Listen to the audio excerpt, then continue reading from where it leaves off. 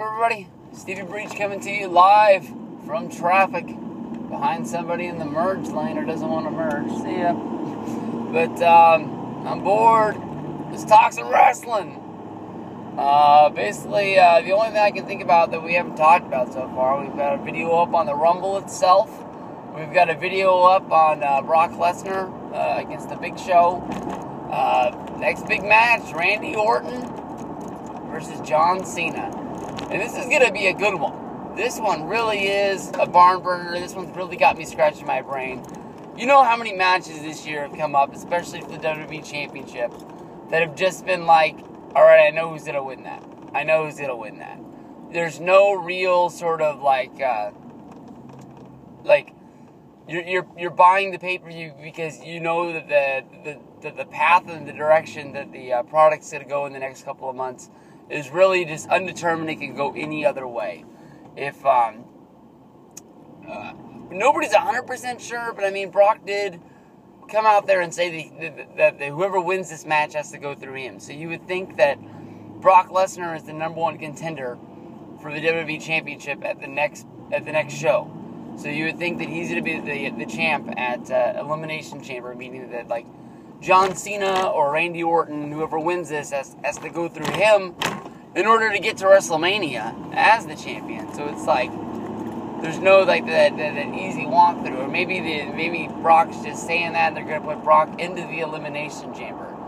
That would be a whole lot of ass kicking right there. That would be awesome. But I mean, like, to me, for Cena to win the strap, there would have to be a whole lot more build-up behind this. I mean, he is about to tie Ric Flair, 16-time world champ.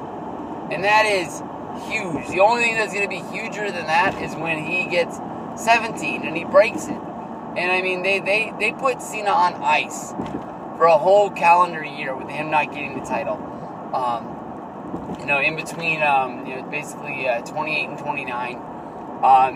He didn't have the belt at all. Then he beat The Rock. He became the champion again.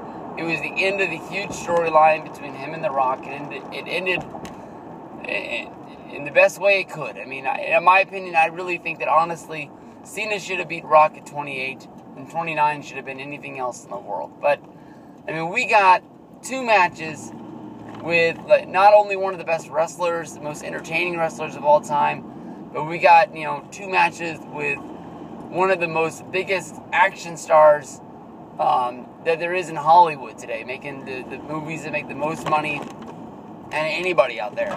And for wrestling fans, that brought a ton of people back.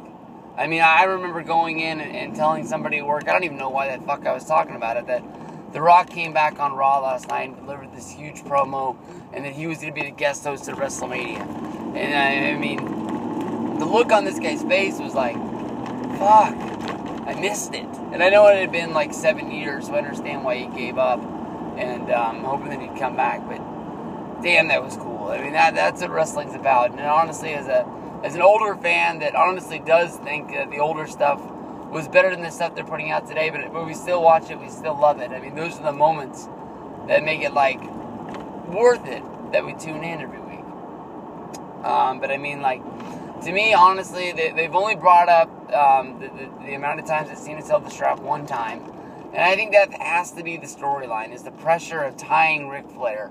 And then however long that title run is, I mean, there has to be a huge, long gap before Cena can get to that next one, so he can pass it. And we haven't really had that. It's just, I think it's just well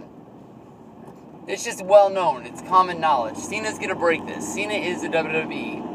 And he got a ton of title reigns early from them doing a hot shot, dropping the belts back and forth. I mean, him and Edge gave the belt back and forth a couple times, and he got the title reigns up there, and I don't think it was the plan from the start, but now that we're here, it's like, what else are you going to do? I mean, you can only have Cena fight in these, like, sort of like B-show pay-per-views and non-main events so many times before it just loses its feel. I mean, he is the biggest guy in WWE, and he needs to be the guy in these big matches. And how many times can you put him in these big matches without him, finding a way to win the title?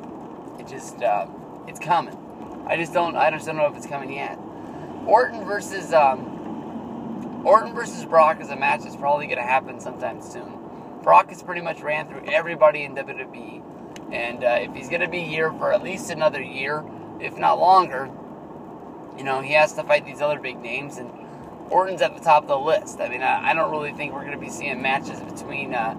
people want to see Brock versus Daniel Bryan. I don't really know how that match would go, except for that'd be one hell of an ask again for Bryan, and I don't know if I'd want to take that, but he's a pretty smart guy. He's had a lot of matches in his career. I'm sure he'd be able to find a way to make that work, but I don't know. You have the whole storyline where Orton's pissed that Batista came back, and the week before that, or however many weeks it was, Triple H brought back Brock Lesnar. So I mean, like, every month before the pay-per-view, they sort of tease that Orton's out of the authority, but then they still find a way to help this guy win, and then they lift him back on their shoulders for a few weeks, saying he's the face of the company, and that nobody's better than he is. But I don't know. It seems like they're trying to groom their next face of the company. Whether it's going to be Brock and they're going to get behind him, which doesn't make any sense with all the history between Triple H and Brock. But hey, it's best for business, so we'll just roll with that. But I don't see Cena winning the belt. I really want him to win the belt. Daniel Bryan versus John Cena, to me, if they're not going to do John Cena versus Undertaker, is the biggest money match you can make. I know Daniel Bryan is his biggest, rivalry of this year. If he wins the Rumble, would be going up against Randy Orton, because of how many times he wrestled this guy and beat him, and just Triple H said, nope, doesn't work for me, and doesn't want him to be the face of the company and takes the belt away. But, Daniel Bryan beat John Cena at SummerSlam, second biggest show of the year, third biggest, whatever it is. Some people would say that Royal Rumble is bigger. I get more pumped for the Rumble than SummerSlam, and I go to SummerSlam every year. But I don't know. I like how it's in the air. You don't know what's going to happen. So let me know what you guys think, because I want to know. Cena versus Orton, Royal Rumble 2014.